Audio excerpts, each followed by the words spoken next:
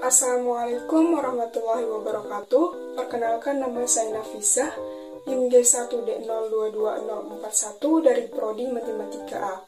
Di sini saya akan menjawab pertanyaan, apakah Indonesia termasuk dalam sindrom negara gagal? Pengertian dari negara gagal itu sendiri ialah negara yang dianggap gagal memenuhi persyaratan dan tanggung jawab dasar suatu pemerintahan berdaulat.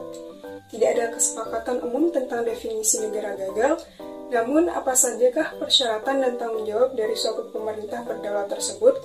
Syarat-syarat negara berdaulat antara lain yaitu harus memiliki wilayah, pemerintahan, rakyat, dan pengakuan dari negara lain.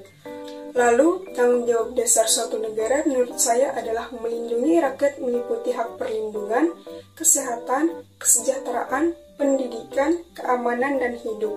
Namun untuk mendapatkan hak dari tanggung jawab suatu negara tersebut, rakyat atau warga negara haruslah melaksanakan kewajiban mereka kepada negara terlebih dahulu.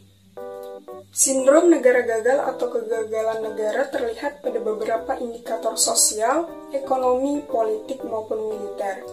Sindrom dari negara gagal menurut Robert Rothberg antara lain keamanan rakyat tak bisa dijaga, konflik etnis dan agama tak kunjung usai, korupsi merajalela, legitimasi negara terus menipis, ketakberdayaan pemerintah pusat menghadapi masalah dalam negeri, dan rawan terhadap tekanan luar negeri. Sindrom ini meliputi timpangnya kesempatan pendidikan, kesempatan kerja, dan status ekonomi. Lalu, apakah Indonesia termasuk negara gagal?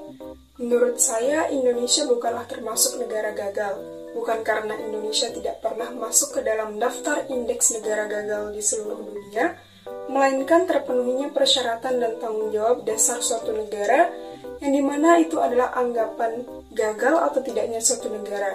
Dan menurut saya, Indonesia sudah memenuhi semua itu. Indonesia selalu berusaha memperbaiki dan mengembangkan baik dari sistem pendidikan, kesehatan, komunikasi, teknologi, dan lainnya. Lalu, seiring perkembangan waktu Indonesia dari tahun ke tahun mengalami perkembangan yang cukup signifikan, dan itu semua menurut saya sudah memenuhi persyaratan dan tanggung jawab dari suatu negara berdaulat.